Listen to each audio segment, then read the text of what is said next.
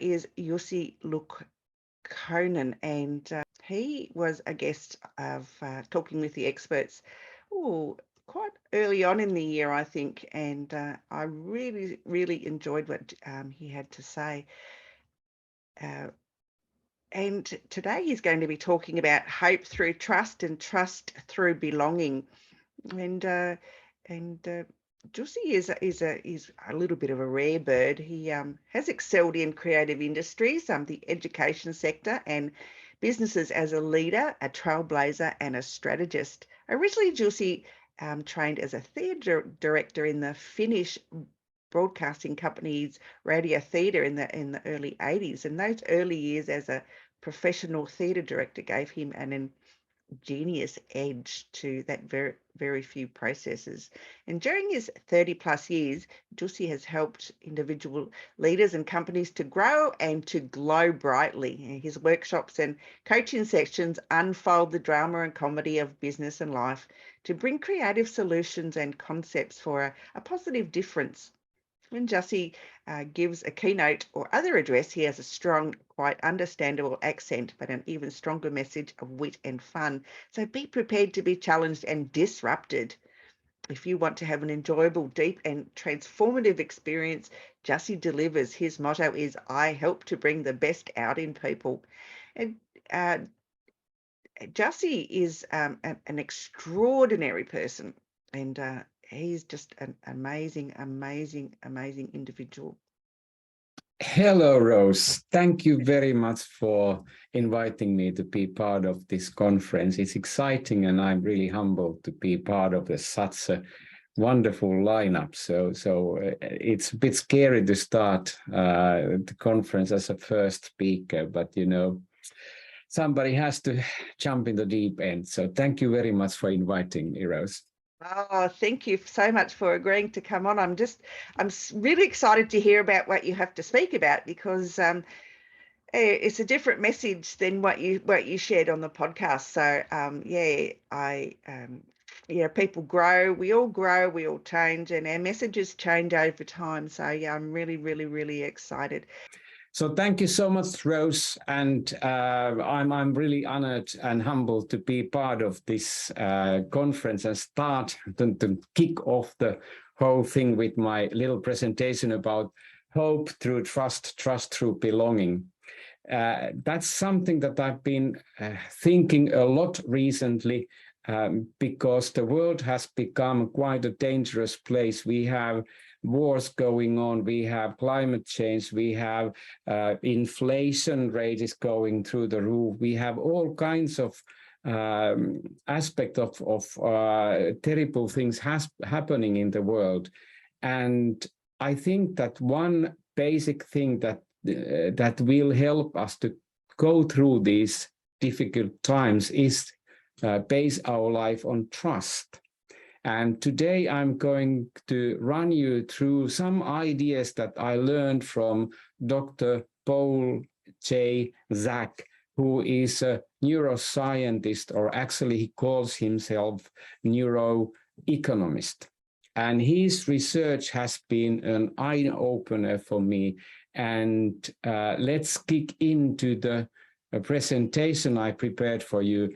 The little molecule you see here on the screen, it is actually a molecule called oxytocin. It's a neurotransmitter that our brains manufacture. Our internal pharmacist creates this neurotransmitter when we need to feel accepted and loved and in peace with ourselves and the world.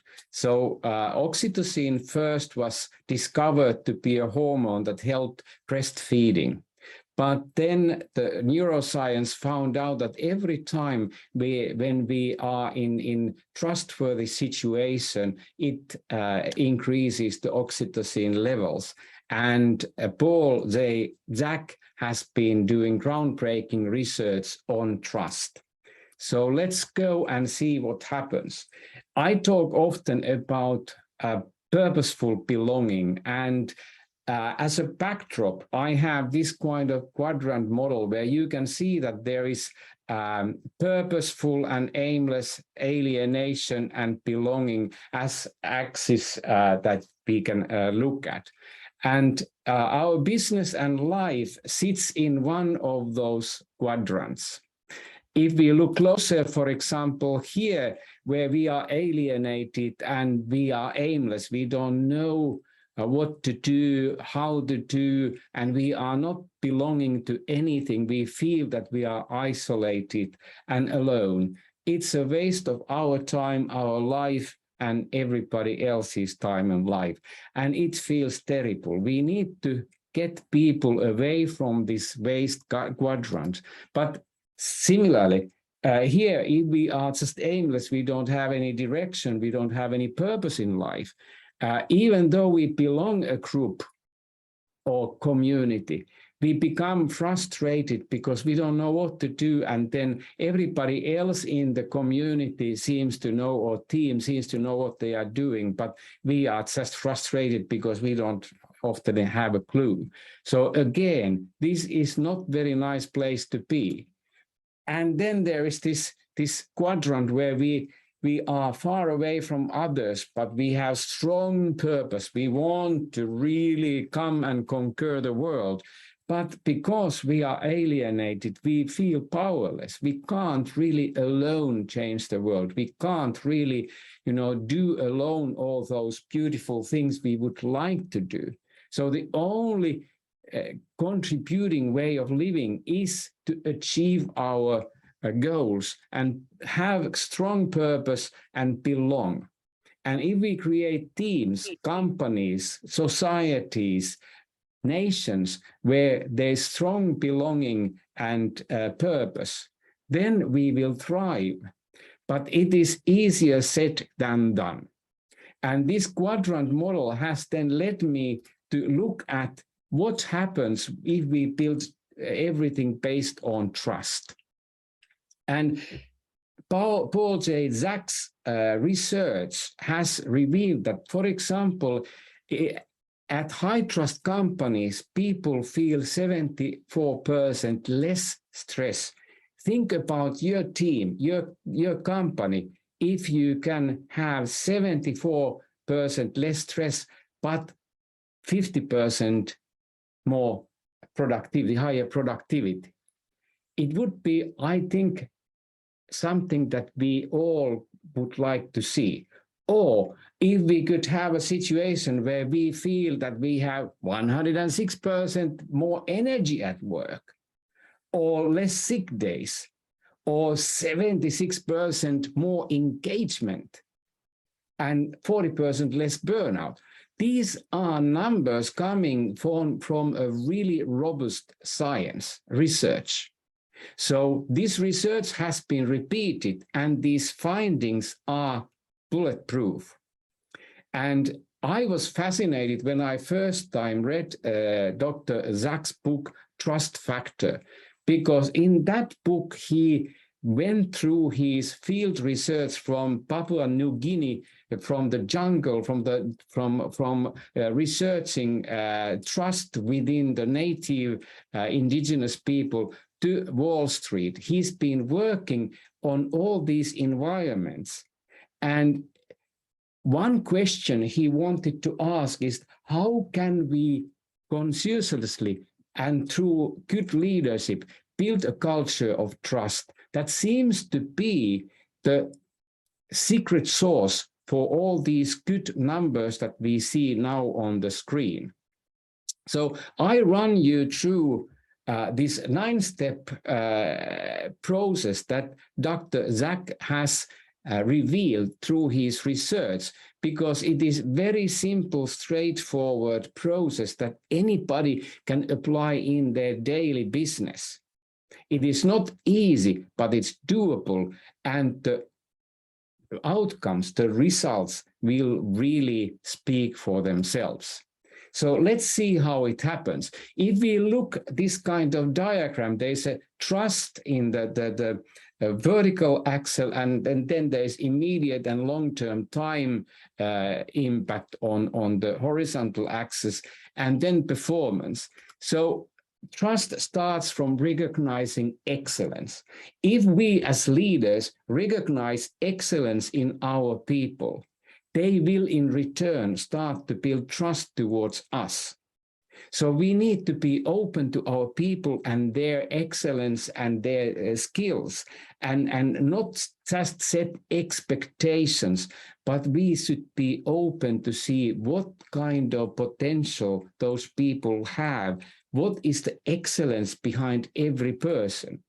And then we need to induce challenge stress. We need to give people opportunity to push the boundaries and the envelopes and really use their energies for challenging tasks. Not too difficult, but difficult enough that keeps their dopamines going, because dopamine is a neurotransmitter that makes us really thrive and want to see some new things coming.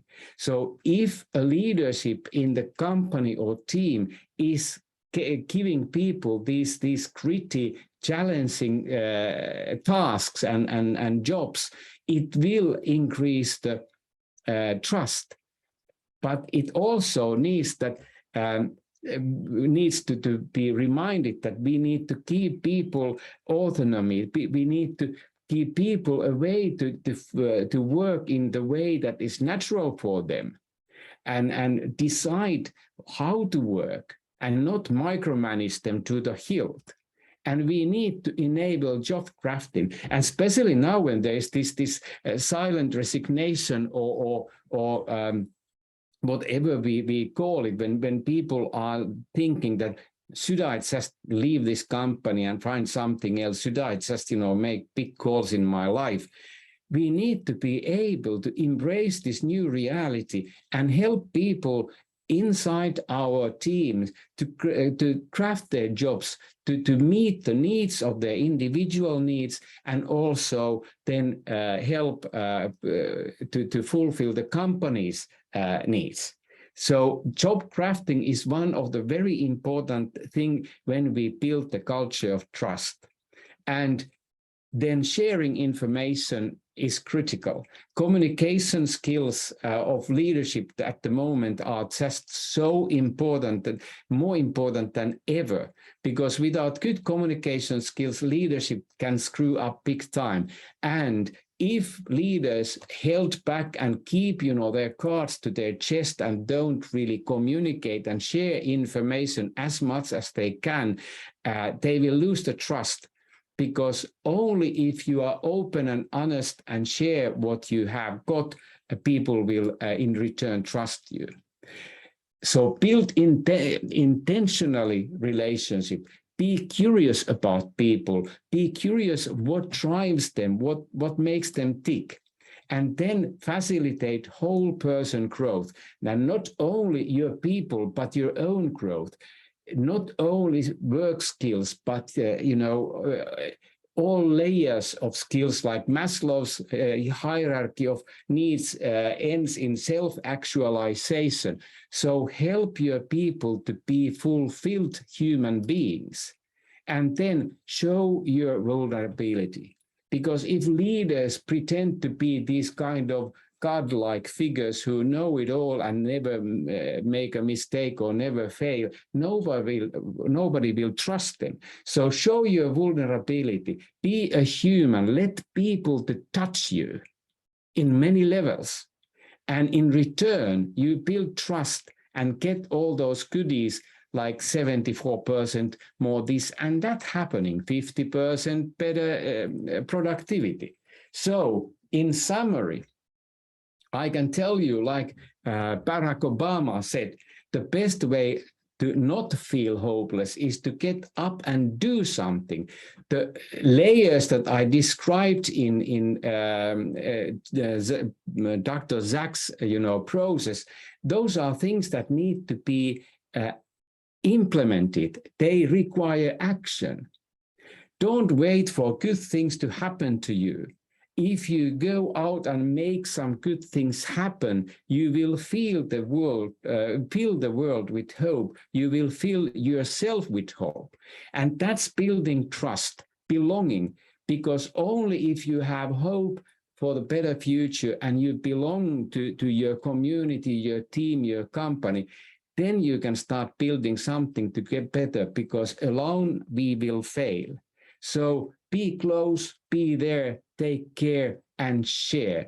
And that's my message for all of us, so that we can touch other people on many levels and embrace diversity and make sure that we implement trust as a kind of basic building block of our success for the future. So thank you very much for opportunity to talk to you today. It's been fantastic and a humbling experience. Thank you so much. See, that was amazing. Thank you so much for sharing that. I didn't realize about all the chemicals and things that it takes to do all those things. It's wondrous. Yes, neuroscience is great. It is beautiful. Where can people find you, Jussi, if they'd like to work with you? So people can reach me from my website. It's www.jussiluukkonen.com, and my email, just feel free to send email. It's jussi@jussiluukkonen.com, jussi@jussiluukkonen.com, and I will be there. Or if you want to call, just pick up the phone, +64 21999 So many ways to reach me. Thank you so much. I look forward to hearing from people. Thank you, Jussi. I've absolutely enjoyed it, and I will talk to you again really, really soon. Thank you so much, Rose. I need to shoot off, but I will definitely want to watch the recordings of other presenters. Wonderful. All right. Thank you so much for your time today. I've really enjoyed it. Thank you so much, Rose. Good luck with the conference. Thank you so much. Bye-bye.